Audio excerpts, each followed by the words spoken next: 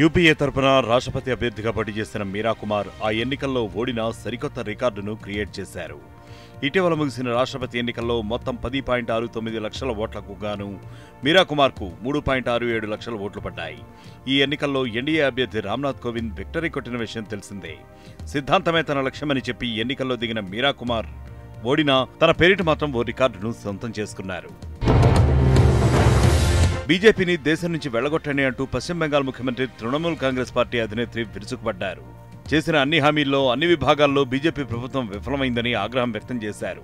ఏ party BJP వ్యతిరేకంగా పోరాటం చేస్తే ఆ పార్టీకి తమ మద్దతు ఉంటుందని మమతా స్పష్టం చేశారు. నియంత్రణ రేఖ వెంబడి ఈ ఏడాది పాకిస్తాన్ 251 సార్లు కాల్పుల విరమణ ఒప్పంద ఉల్లంఘనకు పాల్పడిందని కేంద్ర మంత్రి సుభాష్ భమ్రే లోక్సభకు తెలిపారు. కాల్పుల ఉల్లంఘనలో 5 భారత జవాన్లు ప్రాణాలు కోల్పోగా 21 మంది గాయపడ్డారు. 2014లో కాల్పుల ఉల్లంఘన ఘటనలు ఎక్కువగా జరుగ్గా మరుసటి సంవత్సరం కాస్తంత తగ్గుముఖం పట్టాయి. కానీ 2016లో మళ్లీ పాక్ తన దుర్మార్గపు పందానే కొనసాగిస్తూ వచ్చింది. పాక్ సైనికుల కాల్పుల కారణంగా 3 పౌరులు ప్రాణాలు కోల్పోయారు.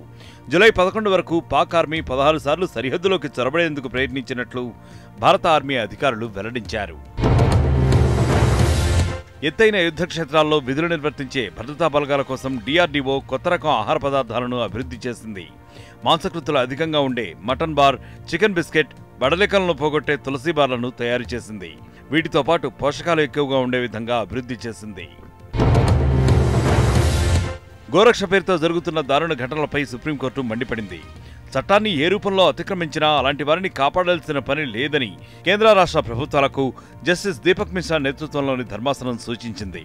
శాంతి భద్రతల వ్యవస్థ రాష్ట్రాల పరిధిలోకి వస్తున్నందున రాష్ట్రాలు ప్రత్యేక దృష్టి పెట్టాలని కోరింది. భారతీయ రైల్వేల్లో క్యాటరింగ్ సర్వీసులపై కాగ్ మండిపడింది. రైల్వేల్లో క్యాటరింగ్ సర్వీస్ ద్వారా అందిస్తున్న ఆహారం, నీరు అసలు వినియోగానికి పనికి రావని తేల్చి చెప్పింది. భారతీయ రైల్వేల్లో క్యాటరింగ్ సర్వీస్ స్థితిపై కాగ్ ఒక నివేదికను విడుదల చేసింది.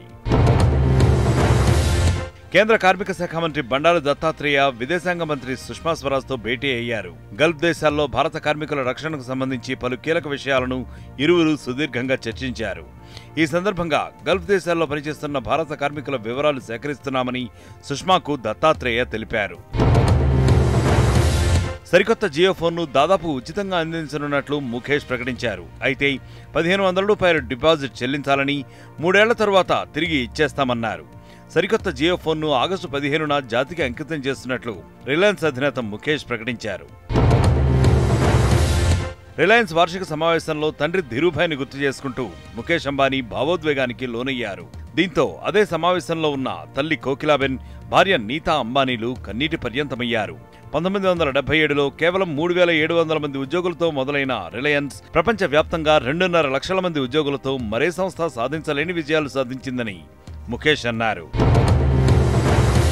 రిలయన్స్ జియో ఉన్నంతకాలం వాయిస్ కాల్ కి 1 పైసా కూడా వసూలు చేయమని ముఖేష్ ప్రకటించారు. జియో వచ్చిన తర్వాత ప్రతిరోజు 250 కోట్ల నిమిషాల ఉచిత కాల్స్ అందించినట్లు ముఖేష్ వెల్లడించారు. అమితాబ్ బచ్చన్ బ్రాండ్ అంబాసిడర్ గా ఉన్న టాటా స్కై సౌత్ లో తన వాటా పెంచుకోవడానికి నయనతారని రంగంలోకి దించుతోంది. టాటా స్కై బ్రాండ్ అంబాసిడర్ గా నయనతారతో సరికొత్త కమర్షియల్ యాడ్ షూట్ చేయడానికి రంగం సిద్ధమవుతోంది. సన్నీ లియోన్, వెబర్ దంపతులు ఓ చిన్నారిని దత్తత తీసుకున్నారు. ఇద్దరి పేరు కలిసి వచ్చేలా ఈ అమ్మాయికి నిషా కౌర్ వెబర్ అని పేరు పెట్టారు.